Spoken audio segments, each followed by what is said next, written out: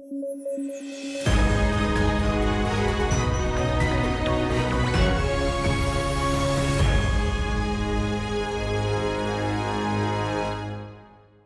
News at 9 programme में आपका स्वागत है। मैं हूं अमृत उपाध्याय। आइए जल्दी से देखें आज की हेडलाइंस। ऑस्ट्रेलिया की संसद में एक लैंडमार्क बिल हुआ पेश। 16 साल से कम उम्र के बच्चों के लिए सोशल मीडिया बैन करेगा कानून। सोशल मीडिया प्लेटफॉर्म्स के पास 1 साल का वक्त। इंडियन केमिकल काउंसिल को मिला award. OPCW the Hague award का मिला सम्मान। रासायनिक हथियारों पर रोक लगाती है OPCW। और इजराइल और हिजबुल्लाह के बीच हुआ समझौता। यूएसए ने निभाई मध्यस्थ की भूमिका। इजरायली सेना 60 दिनों में लौटेगी वापस। आइए शुरू करें।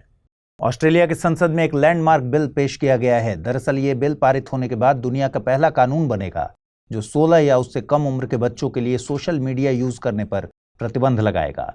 ऑस्ट्रेलिया के हाउस ऑफ रिप्रेजेंटेटिव द्वारा यह बिल पारित कर दिया गया है। अब यह बिल सीनेट के पास है और वहां से पारित होने के बाद ऑस्ट्रेलिया इस तरह का कानून लाने वाला पहला देश बन जाएगा। सीनेट से बिल पारित होने की पूरी उम्मीद जताई जा रही है। बिल के कानून बनने के बाद सोशल मीडिया प्लेटफॉर्म्स के पास 1 साल का वक्त होगा कि वे कोई ऐसा मैकेनिज्म तैयार कर सके जिससे उम्र वाले प्रतिबंध लागू किए जा सके।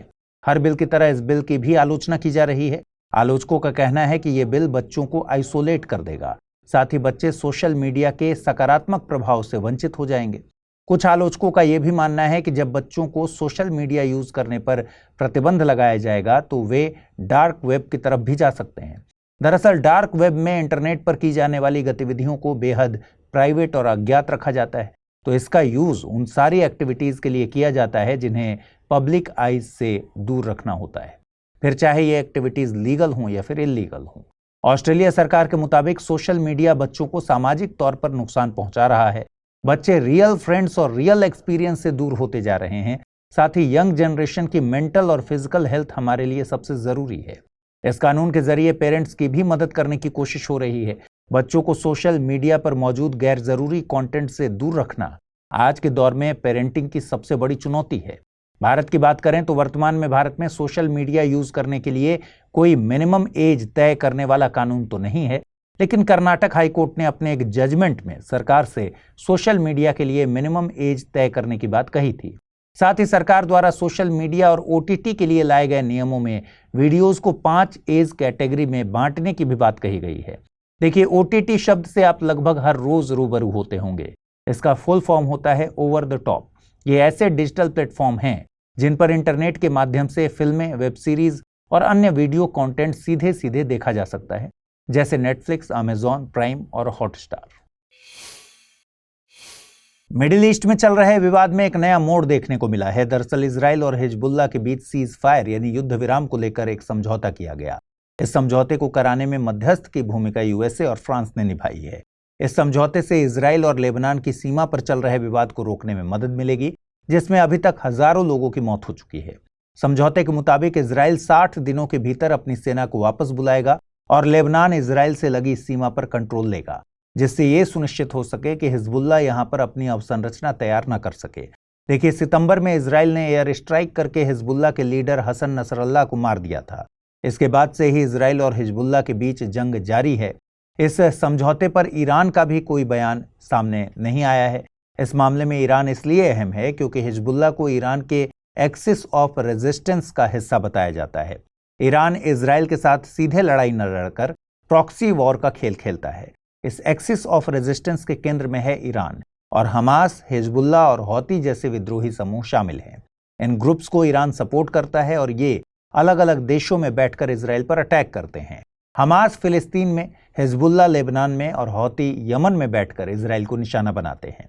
इन ग्रुप्स के जरिए होने वाले हमलों को ही प्रॉक्सी वॉर का नाम दिया जाता है।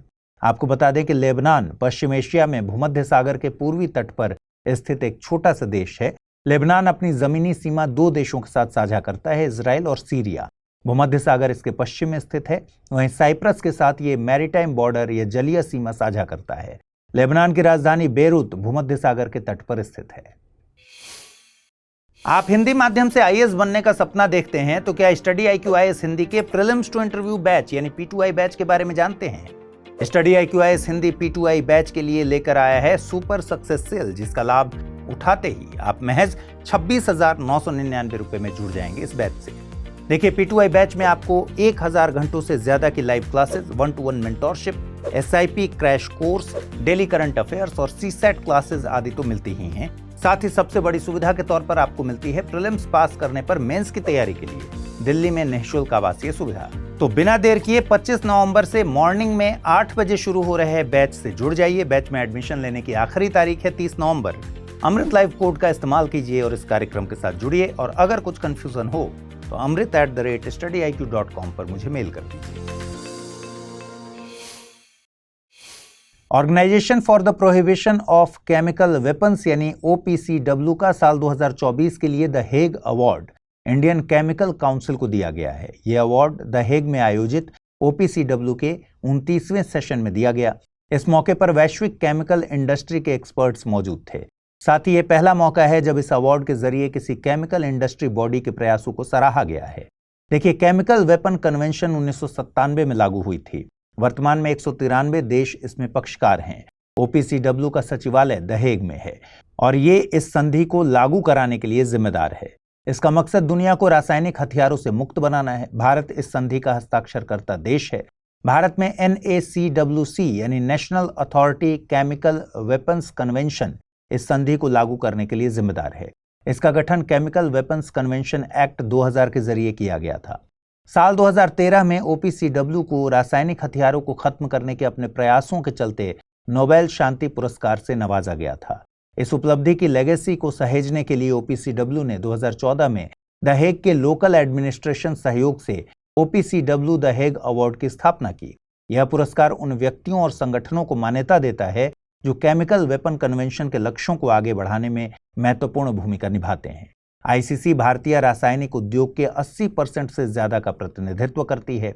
इसने रासायनिक सुरक्षा को बढ़ाने और देश में केमिकल वेपन कन्वेंशन के अनुपालन में अहम भूमिका निभाई है। NCCR यानी national centre for coastal research ने 1990 से 2018 के पीरियड के लिए एक स्टडी जारी की। इसमें कर्नाटक के 3 जिलों की तटरेखा के अपरदन के बारे में बताया गया है। स्टडी के मुताबिक कर्नाटक के दक्षिणी कन्नड़ जिले की लगभग 50% तटरेखा अपर्दित यानी इरोड है। इसके बाद उडुपी और उत्तर कन्नड़ जिले की तटरेखा अपर्दित हुई है। इस रिपोर्ट का जिक्र पर्यावरण मंत्रालय द्वारा लोकसभा में किया गया था। रिपोर्ट के मुताबिक कर्नाटक की 50% तटरेखा स्टेबल कंडीशन में है और 24% तटरेखा अपर्दित हो रही है। ऐसे ही भारत की 33.6% तटरेखा अपर्दित हो रही है। वहीं 39.6% तटरेखा स्टेबल है। स्टडी में माना गया है कि तटरेखा के अपर्दन के लिए समुद्र का बढ़ता जलस्तर जिम्मेदार है। देखिए, तटरेखा के इरोजन से मतलब होता है कि समुद्री लहरें अपने साथ चट्टानों, मिट्टी या रेत को समुद्र में बहा ले जाती हैं। वैसे तो इस घटना के लिए कई प्राकृतिक कारक जिम्मेदार हैं, लेकिन मानवीय गतिविधियों के चलते समुद्री जल स्तर में लगातार वृद्धि हो रही है और इसके चलते तटरेखा कम होती जा रही है। और कम होती तटरेखा के कई नुकसान हैं, जैसे जो समुदाय तटीय आजीविका पर निर्भर हैं, जैसे मत्स्यन, उन पर भी असर होगा। इसके अलावा तटरेखा के सिमटने से सर्फिंग, बोटिंग जैसी गतिविधियों पर भी असर पड़ेगा और इससे अर्थव्यवस्था को नुकसान हो सकता है। आपको बता दें कि NCCR केंद्रीय पर्यावरण मंत्रालय के तहत अटैच्ड एक ऑफिस है। यह तटरेखा में हो रहे बदलावों को मॉनिटर करता है। आइए जल्दी से देखें आज का टर्म ऑफ द डे। आज का टर्म ऑफ द डे है ब्लैक होल। ब्लैक होल ब्रह्मांड की सबसे रहस्यमयी चीजों में से एक है। इसे आप अंतरिक्ष में ऐसा क्षेत्र समझ सकते हैं जो किसी भी तरह के रेडिएशन को बाहर नहीं आने देता, यहां तक कि प्रकाश किरणों को भी बाहर नहीं निकलने देता। इसकी वजह होती है अत्यधिक उच्च घनत्व होने के कारण इसका प्रबल गुरुत्वीय क्षेत्र। इसके पास से गुजरने वाली कोई भी वस्तु इसके गुरुत्वीय प्रभाव से बच नहीं सकती। ब्लैक होल तब बनता है जब किसी बहुत बड़े तारे का फ्यूल खत्म हो जाता है और ये खुद के ही भार से सिकुड़कर एक बहुत छोटे और डेंस बिंदु में बदल जाता है। इस बिंदु को सिंगुलैरिटी कहते हैं और इसके चारों ओर की सीमा को इवेंट होराइजन कहते हैं।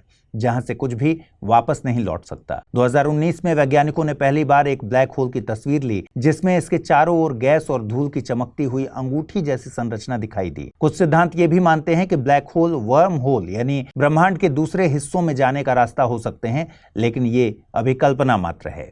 ब्लैक होल हमारे लिए खतरनाक नहीं है, क्योंकि ये बहुत दूर स्थित हैं और केवल उन्हीं चीजों को प्रभावित करते हैं जो इनके बेहद पास पहुंचती हैं। ये ब्रह्मांड के ऑरिजिन, समय और स्थान के नियमों को समझने में हमारी मदद करते हैं। भारतीय मूल के एक वैज्ञानिक सुब्रमण्यम चंद्रशेखर ने सौर्य के द्रव्यमान की एक लिमिट दी थी, जिसे चंद्रशेखर सीमा के नाम से जाना जाता है। उनके मुताबिक 1.44 सौर्य के द्रव्यमान से ऊपर वाले तारे ब्लैक होल में कन्वर्ट होते हैं।